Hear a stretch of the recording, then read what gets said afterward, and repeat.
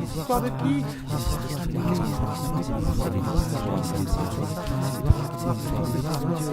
Les histoires d'Édouard.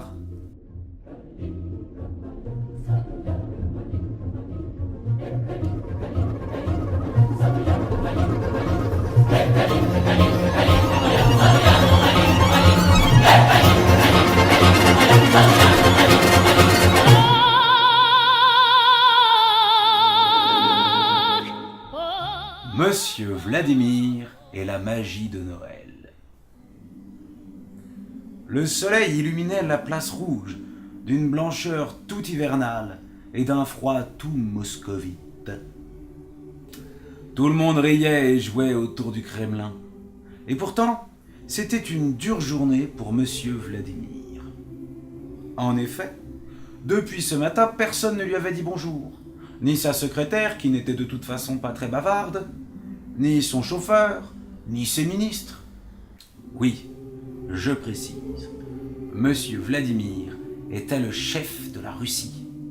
Monsieur Vladimir était d'humeur franchement triste, et la blancheur des toits qu'il regardait par la fenêtre de son bureau ne lui évoquait ni la légèreté de la neige, ni sa pureté, mais bien l'extrême froideur qui régnait dans son cœur.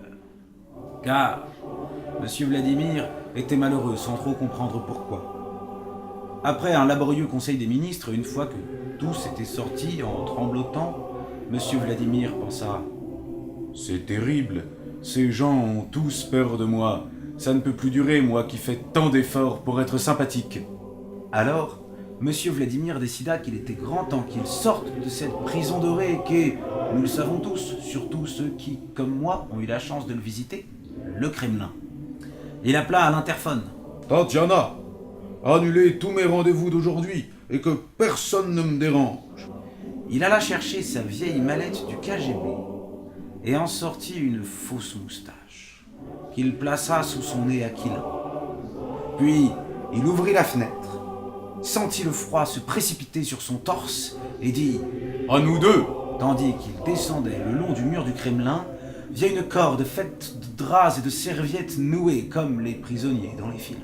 « C'est ce que j'ai fait de plus excitant depuis longtemps !» ria-t-il dans sa fausse moustache, tandis qu'il regardait vers le sol et que des passants le montraient du doigt en criant « Regardez, un homme qui sort du bureau de Vladimir Poutine via une corde faite de draps et de serviettes nouées comme les prisonniers dans les films !» Et Vladimir agita ses bras en criant « Coucou, coucou !» à la foule qui se rassemblait. Mais ce faisant, il perdit l'équilibre et manqua de tomber. Il se rattrapa de justesse à sa corde de drap tressé, mais le choc fut si fort que le nœud de la corde commença à céder. « Merde !» pensa Vladimir, et peut-être même qu'il le dit à haute voix. Ses mains commençaient à lui faire atrocement mal, et le président de toutes les Russies se dit qu'il aurait franchement mieux fait de mettre des gants avant de faire n'importe quoi. « Tatiana ! Tatiana !» La secrétaire du président, qui venait de rédiger une fiche d'éléments de langage sur l'annexion de la Crimée et s'apprêtait à enregistrer le RIB de Thierry Mariani dans l'ordinateur, entendit les cris de Vladimir.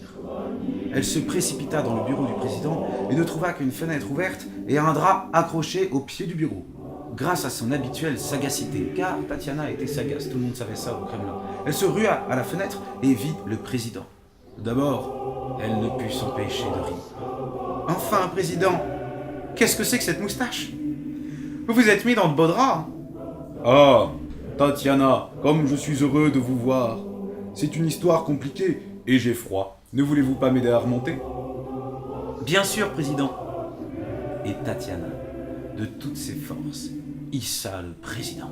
Au fond de son cœur, tandis qu'elle tirait sur les draps, elle se disait « Mon Dieu, je suis en train de le sauver, peut-être va-t-il enfin poser les yeux sur moi ?» Et Vladimir, lui, se disait « Ça perd l'hypopète. Quel sacré petit bout de femme que cette Tatiana !» Et ce qui devait arriver arriva. Simultanément, chacun à une extrémité de cette corde faite de draps et de serviettes nouées. Ils crièrent sans se concerter « Je vous aime! Je vous ai toujours aimé !» Et la foule, rassemblée place rouge, applaudit à tout rompre et éclata en you-yous endiablés. Monsieur Vladimir décida de démissionner dans la foulée de ces événements et de se laisser pousser la moustache. Il emmena Tatiana 2 semaines à Center Parcs, pendant lesquelles il paraîtrait qu'ils aient beaucoup joué au tennis et fait l'amour. La démission de Monsieur Vladimir ouvrit une période de prospérité dans tout le pays, car il fut décidé que finalement personne ne le remplacerait et qu'à la place on ferait plutôt un gros goûter. Il se murmure qu'à ce goûter, Aboubacar al-Baghdadi aurait apporté un mi-cuit au choco, et que Kim Jong-un, dont l'appétit joyeux n'est plus un mystère, s'est resservi 2 fois, ce qui ne manqua pas de flatter notre apprenti pâtissier irakien. Une idylle de plus. En tout cas, personne n'est à l'abri de l'amour.